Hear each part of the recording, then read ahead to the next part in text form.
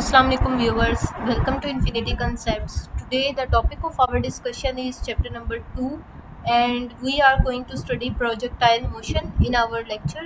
Students, इसका जो topic है ना उसको हम एक रियल लाइफ एग्जांपल से पढ़ना स्टार्ट करते हैं ताकि इसको समझना आसान हो जाए। ठीक है, आपने ये नहीं देखना कि नीचे कितनी को ग्राफिकल रिप्रेजेंटेशंस हैं या फिर कितने फार्मूलाज हैं, सिर्फ समझना है। इस बहुत इजी सा टॉपिक है और बहुत ही कन्वीनियंट वे में समझाया जाए, तो इसमें कुछ ऐसा मुश्किल नहीं है। आप सोचें कि जब एक बॉल थ्रो की जाती है, ठीक है, फ़र्ज़ करें कि एक क्रिकेटर किसी भी बॉल को फेंकता है, ठीक है, कोई भी बॉलर बॉल कराता है। अब वो क्या करता है कि बॉल को हॉरिजॉन्टली फेंकता है, ठीक है, वर्टिकली आप जानते हैं ऊपर से नीचे, हॉरिजॉन्टली बिल्कुल सामने। वो हॉरिजॉन्टली बॉल को फेंकता है विकेट की तरफ, ठीक है। एक थोड़ा सा वक्त वो बॉल जो है वो सामने की तरफ जाती है और उसके बाद वो डाउनवर्ड जाना शुरू हो जाती है। ऐसे ही होता है ना, आहिस्ता आहिस्ता वो नीचे को जाना शुरू हो जाती है। अब जो वो सामने हॉरिजॉन्टली अपना एक लेवल करती है, एक रास्ता तय करती है, और जो वो नीचे को जाती है, दो चीज़ों में इसको काट सकते हैं। हमने पहले भी पढ़ा है कि कोई भी फोर्स, अगर किसी भी फोर्स को अगर हम ले जो कि रिजल्टेंट हो, तो उसको हम दो चीज़ों में काट सकते हैं। ठीक है, इसके दो कंपोनेंट्स बन गए, एक ये कि वो हॉरिजॉन्टली कितना गई और एक ये कि वो वर्टिकली कितना गई। अब वर्टिकल आप कहेंगे कि वर्टिकल कहाँ से आ गया? वर्टिकल तो ऑब्वियस बात है, जब एक बॉल इस तरह से सीधा जाई जा रही है तो वो आहिस्ता आहिस्ता ऐसे नीचे जाएगी, तो ये उसका वर्टिकल डिस्टेंस कवर हो रहा है ना, कि वो आई तो इधर से थी लेकिन वो ऐसे गई है। ठीक है, तो ये उसका वर्टिकल डिस्टेंस है कि वो, अगर आप सोचें कि वो बैट्समैन के पैरों में अगर जाके गिर रही है तो उसके पैरों में वो वर्टिकली ही नीचे को जा रही है ना, तो उसके कंपोनेंट्स आ जाएंगे। अब जैसे उसने लिखा है कि up till now we have been studying the motion of particle along the straight line. ठीक है, अभी तक उसने कहा है कि हम वेक्टर्स को किस तरह से पढ़ रहे थे कि वो एक स्ट्रेट लाइन में जा रहे थे। ठीक है, अब क्या हो रहा है कि एक ही बॉल है, ठीक है। Now we consider the motion of ball when it is thrown horizontally from a certain height. ठीक है, जैसे मैंने आपको कहा कि एक क्रिकेटर है, वो बॉलर है, वो सर्टेन हाइट से हॉरिजॉन्टली एक बॉल को फेंकता है। It is observe that the ball travels forward as well as downward. पहले वो थोड़ी देर फॉरवर्ड जाती है, आगे को जाती है, और उसके बाद वो नीचे को जाना स्टार्ट हो जाती है until it strikes something such as ground। तब तक वो नीचे को जाएगी जब तक कि वो किसी चीज के साथ टकरा ना जाए, जैसे कि ग्राउंड। ठीक है, suppose that the ball leaves the hand of the thrower at the point A. कह रहा है कि आप सोच लें कि किसी भी पॉइंट ए के ऊपर एक बॉलर ने बॉल को थ्रो किया, जैसे कि नीचे ग्राफिकल रिप्रेजेंटेशन में देखें कि वहां पर, यहाँ पर ये ए है। ठीक है, यहाँ ए से किसी भी बॉलर ने बॉल को छोड़ा है फोर्स लगा के। ठीक है, and its velocity at the instant is completely horizontal. कह रहा है वो जो उसकी वेलोसिटी थी, वेलोसिटी क्या होती है? उसकी स्पीड, उसकी मोशन की स्पीड। वो कह रहा है कम्प्लीटली उसने अपनी तरफ से हॉरिजॉन्टली फेंकी होती है। ठीक है, let this velocity be v x. ठीक है, अब ये वी एक्स जो है ना, इसको याद रखें कि वी वेलोसिटी क्या है और एक्स उसने उसका हॉरिजॉन्टल का नाम रखा है। ठीक है, according to the Newton first law of motion there will be no acceleration in the horizontal direction. अब न्यूटन का फर्स्ट लॉ जो है वो क्या कहता है कि जब तक के एक फोर्स के ऊपर कोई भी दूसरी फोर्स हिट ना करे तो वो फोर्स खत्म नहीं होगी। ठीक है, वो कह रहा है कोई भी एक्सीलरेशन जो है वो प्रोड्यूस नहीं होगी हॉरिजॉन्टल डिस्टेंस में unless a horizontally directed force acts on the ball. कह रहा है तब तक कि ये बॉल सीधी ही जाई जाएगी जब तक कि उसके ऊपर कोई और हॉरिजॉन्टली तौर पे ही एक्ट ना करे। ठीक है, एक फोर्स जब तक कि एक्ट नहीं करती तो जाहिर है वो फोर्स तो जा ही जाएगी। हर चीज़ के लिए हमें उसकी रेजिस्टेंट फोर्स जो चाहिए ना, जो उसको रोके। तो वो कह रहा है कि यही चीज़ उसने कही है कि अब जब तक कि दूसरी फोर्स उसके ऊपर नहीं लगेगी ना, वो ऐसे ही जैसे ग्राफ में दिखाया है, ये इसी तरह से जाई जाएगी जाई जाएगी। लेकिन बीच में क्या होता है? Ignoring the air friction. कह रहा है अगर हम एयर फ्रिक्शन को छोड़ भी दें, only the force acting on the ball during the flight. कह रहा है अब ये जो थ्रो हुआ है ना, इसमें आप ये छोड़ दें कि एयर भी उस बॉल के ऊपर एक्ट कर रही थी या नहीं कर रही थी, आप इसको छोड़ दें। बस ये देखेंगे यहाँ से बॉल थ्रो की गई है इस डायरेक्शन में, और उसके बाद क्या हुआ है कि सिर्फ वो कह रहा है फोर्स जो है ना ग्रेविटी की, वही उसके ऊपर एक्ट कर रही है। हमें पता है जब भी कोई चीज़ एक सर्टेन, ये समझे ग्राउंड है, ठीक है, एक सर्टेन हाइट से कोई भी चीज़ अगर फेंकी जाएगी तो वो ऐसे जा रही होगी और उसके बाद उसके ऊपर एक ग्रेविटी की फोर्स जो है उसको डाउनवर्ड खींच रही होगी, ठीक है। कह रहा है आप एयर फ्रिक्शन को छोड़ दें और उसकी जो फ्लाइट है ना उसके ऊपर सिर्फ फोर्स ऑफ ग्रेविटी एक्ट कर रही होगी, there will be no horizontal force acting on it, ठीक है। कह रहा है हॉरिजॉन्टली उस पर कोई चीज़ एक्ट नहीं कर रही, हाँ जो चीज़ एक्ट कर रही है वो क्या है, उसकी वर्टिकली डिस्टेंस जो है उसको खींच रही है ग्रेविटी नीचे की तरफ, ओनली द फोर्स सॉरी ये so it's horizontal velocity will remain unchanged. वो कह रहा है हॉरिजॉन्टल वेलोसिटी तो सेम रहेगी and will be v x until the ball hits the ground. वो कह रहा है चूंकि ये जो हॉरिजॉन्टली फोर्स हिट की गई है तो न्यूटन का लॉ ये कहता है कि जब तक कि एक फोर्स को आप नहीं रोकने के लिए दूसरी फोर्स लगाओगे वो फोर्स वैसे की वैसे ही रहेगी। वो कह रहा है आप एयर फ्रिक्शन को अगर छोड़ दें तो ये देखिए कि ये जो हॉरिजॉन्टली फोर्स फेंकी गई है वो वैसे की वैसे ही रहेगी जब तक कि ग्राउंड के ऊपर ना चली जाए। अब दूसरी तरफ क्या हो रहा है, the horizontal motion of the ball is simple. वो कह रहा है ये मोशन तो सिंपल है कि उसने फेंकी वो जा रही है। दूसरी तरफ क्या हो रहा है, the ball moves with constant horizontal velocity component. ये वही बात आ गई कि कॉन्स्टेंटली उसकी एक ही वेलोसिटी है क्योंकि दूसरी फोर्स तो कोई लग नहीं रही। Hence horizontal distance x is given by. अब देखिए कि वो कह रहा है हॉरिजॉन्टल जो x है ना वो कैसे उसके ऊपर एक्ट कर रहा है कि x is equal to v x multiply by t. अब ये जो t है हमें पता है कि ये कोई भी जो आपने इक्वेशंस ऑफ मोशन पढ़ी हैं उसके अंदर इसी तरह से उन्होंने हमें बताया है, ठीक है। तो उसने कहा है कि x यानी कि उसका डिस्टेंस पूरा का पूरा वी एक्स यानी हॉरिजॉन्टली मल्टीप्लाई बाय टाइम यानी वो टाइम पीरियड जिसमें वो एक्ट कर रही थी फोर्स, ठीक है। नेक्स्ट क्या है, अब नेक्स्ट अगली बात उसने कह दी है कि वर्टिकली मोशन भी तो था ना, अब वो है the vertical motion of the ball is not complicated. वो कह रहे हैं ये भी बहुत कॉम्प्लिकेटेड बात नहीं है जो हमें समझना है। हमें भी पता है कि जब भी कोई चीज़ एक सर्टेन हाइट से फेंकी जाती है तो उसके बाद उस पर ग्रेविटी लगती है, इट विल एक्सेलरेट डाउनवर्ड। वो कह रहे हैं अब एक्सेलरेशन जो है वो किधर को प्रोड्यूस होगी, डाउनवर्ड। एक्सेलरेशन क्या है स्टूडेंट, वेलोसिटी में कोई भी चेंज यानी कि एक चीज़ की स्पीड जिसको कि वेलोसिटी कहते हैं उसके अंदर कोई भी चेंज आता जाए तो उसको एक्सेलरेशन कहेंगे। वो कह रहा है हॉरिजॉन्टली तो एक्सेलरेशन प्रोड्यूस नहीं हुई लेकिन वर्टिकली डाउनवर्ड जाते वक्त वो एक्सेलरेशन प्रोड्यूस होगी किसकी वजह से, फोर्स ऑफ ग्रेविटी की वजह से, and hence a is equals to g।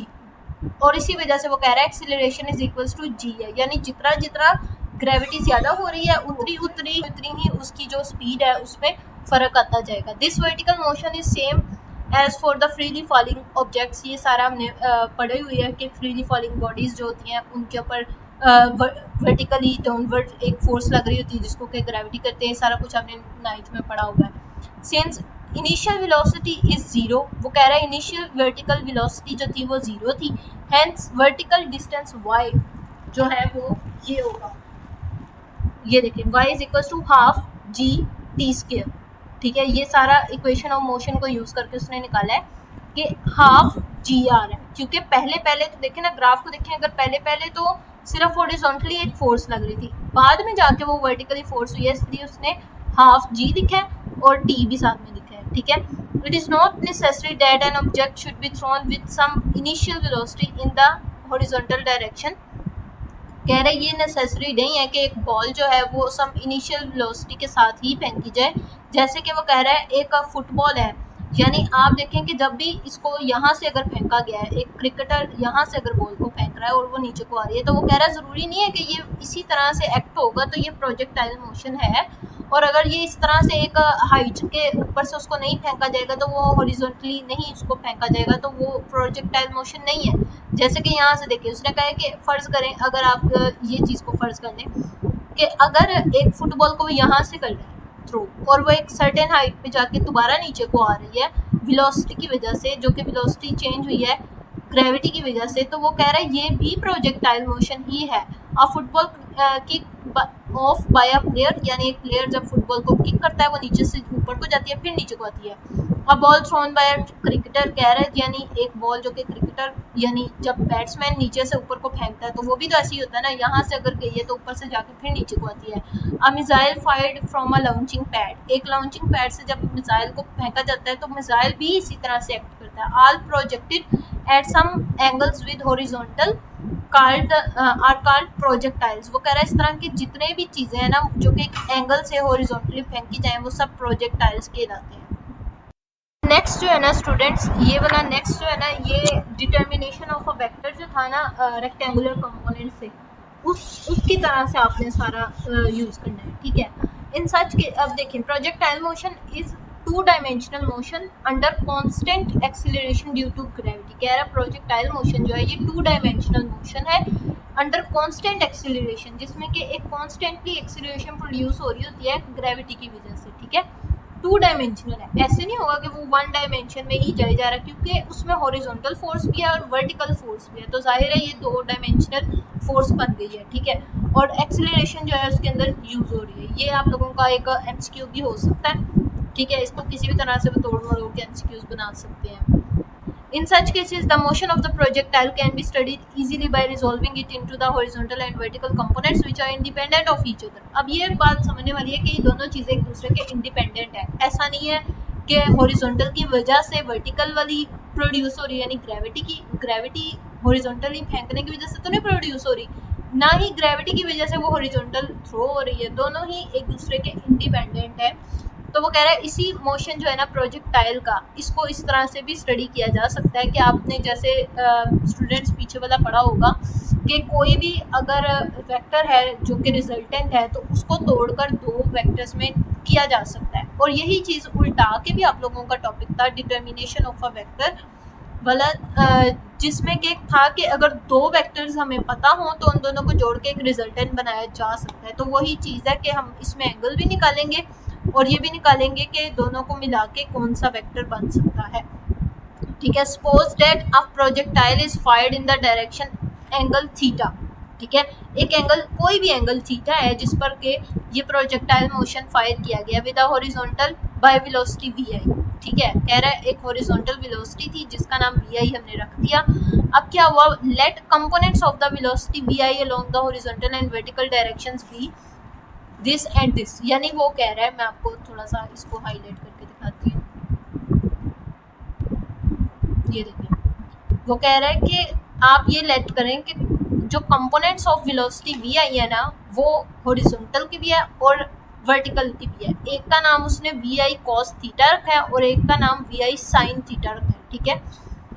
यानी हॉरिजॉन्टल वाली कॉस है और वर्टिकल वाली सिन है। ये आप लोगों ने पहले भी पढ़ा कि एक्स कंपोनेंट जो होता है वो कॉस होता है और वाई कंपोनेंट जो है वो सिन होता है। तो वो कह रहा है हमने ये वाला उसको कंपोनेंट्स को नाम दे दिया। अब क्या करेंगे, द हॉरिजॉन्टल एक्सीलरेशन पहले निकालेंगे कि हॉरिजॉन्टल एक्सीलरेशन थी कितनी। हमने यहाँ पर स्टूडेंट्स ऊपर ही मैंने आप लोगों को बता दिया कि उसने हमें बताया कि जो भी एक हॉरिजॉन्टली फेंकी जाती है तो उस टाइम पे उसके ऊपर कोई भी वर्टिकली हॉरिजॉन्टली फोर्स एक्ट नहीं करती, ठीक है ना। जब यहाँ से उसको फेंक दिया है तो उसके ऊपर सिवाय एयर रेजिस्टेंट के कोई भी फोर्स एक्ट नहीं कर रही। उसके ऊपर जो एक्ट कर रही है वो सिर्फ और सिर्फ ग्रेविटी है जो उसको नीचे की तरफ एक्ट कर रही है। तो वो कह रहा है कि जो हॉरिजॉन्टल एक्सीलरेशन थी ना वो जीरो है, ठीक है। ए एक्स यानी कि हॉरिजॉन्टल जो उसकी वेलोसिटी है वो कितनी है, जीरो है, because we have neglected air resistance and no other force is acting along this direction. Whereas vertical acceleration जो है ना वो कितनी है, ए वाई, यानी कि जो भी हमारा वाई कंपोनेंट है वो कितना है, जी। हम ऊपर ही बता चुके हैं कि एक्सीलरेशन वाई की तरफ जो है वो जी ही उसके ऊपर एक्ट कर रही है। तो वो कह रहा है हॉरिजॉन्टल कंपोनेंट जो वी एक्स है ये रिमेन्स कांस्टेंट रहेगा, एक जैसा रहेगा at any time t. We have, यानी अब देखिए हॉरिजॉन्टल कंपोनेंट उसने निकाला कि वी आई कॉस थीटा हो जाएगा किसका, हॉरिजॉन्टल वाले का, ठीक है। वी एक्स हॉरिजॉन्टल था तो वी आई कॉस थीटा उसने कहा है, क्योंकि ये रिमेन्स कांस्टेंट है इसलिए इसके साथ कोई भी एडिशनल चीज़ हमने नहीं लगाई। अब दूसरे वाले को देखेंगे तो पहले वाला मजीद क्लियर हो जाएगा आपको।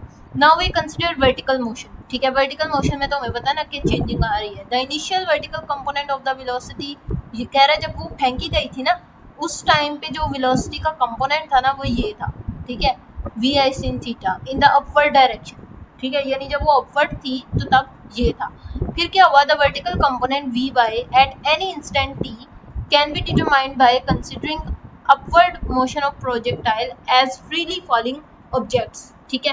वो कह रहा है अब जब ये वर्टिकल मोशन ऊपर को जाएगा, यानी ये देखिए यहाँ से वो थ्रो की गई है, ठीक है, ये भी लिखा हुआ है, एक हाइट के ऊपर तक वो वी आई रहेगी और उसके बाद जब वो डाउन जाना शुरू होगी तो वो कह रहा है हम जानते हैं कि वो जी बन जाती है, माइनस जी, माइनस जी क्यों बन जाती है? जब भी कोई चीज़, फर्ज करें आप लोग एक बॉल को ऊपर की तरफ थ्रो करते हैं तो उसके ऊपर एक एक्सेलरेशन उसके अंदर प्रोड्यूस होती है, ठीक है।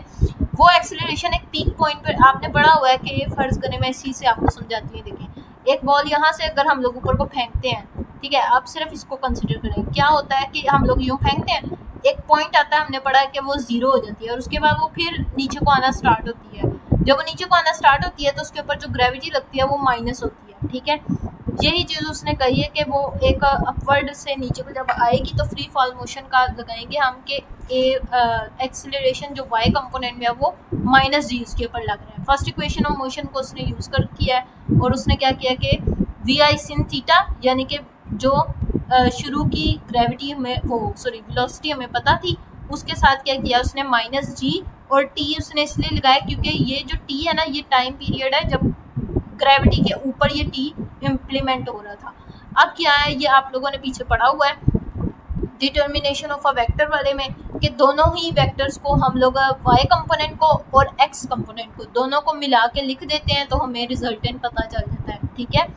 ये देखिए, ये हमारे पास वी एक्स जो है ये निकला था उसका हॉरिजॉन्टल वाले का, और वी वाई जो है ये वर्टिकल वाले का, दोनों को मिलाया, स्क्वायर बनाया और इसका क्या किया, स्क्वायर रूट ले लिया। जब स्क्वायर रूट लेते हैं किसी भी चीज़ का तो ये जो v था, ये मेन हमें ये वाली वेलोसिटी चाहिए थी ना, ये मेन वेलोसिटी हमें पता चल गई। उसके बाद स्टूडेंट्स यहाँ पे देखें, इसको मैंने थोड़ा सा यहाँ से चेंज किया क्योंकि यहाँ पे ना थोड़ी सी मिस्टेक हो गई थी, कंप्यूटर में थोड़ी सी कॉपी पेस्ट में मिस्टेक की हुई थी, तो ये एफ भी साथ में आपकी बुक में ना लिखा हुआ है, ठीक है, लेकिन इस एफ से कुछ खास फर्क नहीं पड़ने वाला। ये मेन हमें यहाँ से बस ये याद रखना होता है कि एक एक्स कंपोनेंट है, एक वाई कंपोनेंट है। जो भी एक्स और वाई कंपोनेंट हमने निकाले हैं ये सिर्फ हमने कहने डिफाइन किया है, ठीक है, कि इसमें वी आई की जो वो था ना एंगल, वो ये बना था और इसमें वी आई का एंगल ये बना था, और इसके साथ जो है कौन कौन सी फोर्सेस एक्ट करेंगी। मेन हमारी जो चीज़ है ना वो हमारे पास ये वाले वेक्टर्स हैं, ठीक है। आप लोगों को अगर याद हो डिटर्मिनेशन ऑफ वेक्टर वाले में हम लोग मेन जो है ना वो वेक्टर रेक्टेंगुलर कंपोनेंट्स लेते हैं, ठीक है। Main rectangular components x component और वाई कंपोनेंट हमें चाहिए, उसके अंदर वाला क्या है ये वाला नहीं हमें चाहिए, ठीक है। इस वजह से इन दोनों को कंबाइन करके जब हमने वेक्टर वी निकालना है ना, वेलोसिटी निकालनी है मेन, तो हम लोग इन दोनों को प्लस करेंगे, ऊपर लगाएंगे स्क्वायर क्योंकि पाइथागोरस थ्योरम में ऐसे ही है, ठीक है। तो ये थर्ड फोर्स जो है ना ये हमारी निकल आएगी, ठीक है। फिर क्या होगा, यानी यहाँ पर ना स्टूडेंट स्क्वायर रूट दोनों साइड पे लगा है, ठीक है। वी वाला जो स्क्वायर रूट लगा था उससे वी का स्क्वायर कैंसिल हो गया, और ये वाला जो स्क्वायर रूट है ना ये इसके ऊपर अभी एप्लीकेबल है। तो उसने कहा the angle phi which is the resultant velocity makes with the horizontal is given by। अब वो कह रहा है एंगल जो फाई है ना ये वाला एंगल बन रहा है इन दोनों को थ्रो करने में, और वो हॉरिजॉन्टली बन रहा है। क्यों? क्योंकि ये देखें, मैं आपको बताती हूँ, ये देखें यहाँ से थ्रो की गई है ना, ये वाला भी अगर देखा जाए तो यहाँ से थ्रो की गई है, यहाँ से यहाँ तक का जो डिस्टेंस है ना ये मैं आप लोगों को वंस अगेन बता रही हूँ, ये चीज़ हॉरिजॉन्टल उसका डिस्टेंस है, ठीक है। ये उसका वर्टिकली डिस्टेंस जो है ना वो ये है, इसी वजह से यहाँ पर उसने हाफ जी लिखा है क्योंकि आधा जो डिस्टेंस है उसमें तो ग्रेविटी एक्ट नहीं की, ग्रेविटी तो यहाँ से यहाँ तक एक्ट की है हाफ ऑफ द डिस्टेंस पे, इस वजह से हाफ यहाँ पर लगा है। इसीलिए उसने यहाँ पर कहा है कि जो एंगल बन रहा है ना वो हॉरिजॉन्टल वाले के साथ बन रहा है। यहाँ पर भी एंगल, क्योंकि जहाँ से फोर्स शुरू की जाती है ना वहाँ पे एंगल लगता है, ठीक है, जहाँ से फोर्स शुरू की जाती है तो एंगल जो है ये हॉरिजॉन्टली यहाँ से बनेगा। इसलिए उसने ये लाइन लिखी है कि ये जो एंगल है ना जो रिजल्टेंट वेलोसिटी के साथ है ये हॉरिजॉन्टल के साथ बनेगा, जिसका क्या है एंगल ये है, ठीक है। ये भी चीज़ आप लोगों का डिटर्मिनेशन ऑफ अ वेक्टर वाले में उन्होंने सिखाई हुई थी कि एंगल फाइंड आउट करने के लिए tan लगाते हैं, और ये tan जब यहाँ पर आता है तो ये दोनों डिवाइडेड में चले जाते हैं। ये आप लोग पीछे से अपना जो पढ़ेंगे तो आप लोगों को समझ आ जाएगी। तो अगर आप लोगों को नहीं भी आ रही तो आप लोग मेरे चैनल पे दूसरी वीडियो देख सकते हैं, मैंने अपलोड की हुई है। In projectile motion, one may wish to determine the height of the projectile rises at the time of the flight and the horizontal range। अब ये वाला जो है ना ये वाला टॉपिक आप लोगों का, इसके बाद एक न्यू टॉपिक शुरू हो रहा है, वो मैं आप लोगों को इंशाल्लाह नेक्स्ट वीडियो में कवर करवाऊंगी। वीडियो अच्छी लगी हो तो लाइक एंड सब्सक्राइब जरूर कीजिएगा, और अगर कोई भी चीज़ आप लोगों को समझ नहीं आ रही तो आप लोग मुझसे कमेंट सेक्शन में पूछ सकते हैं। अल्लाह हाफिज़।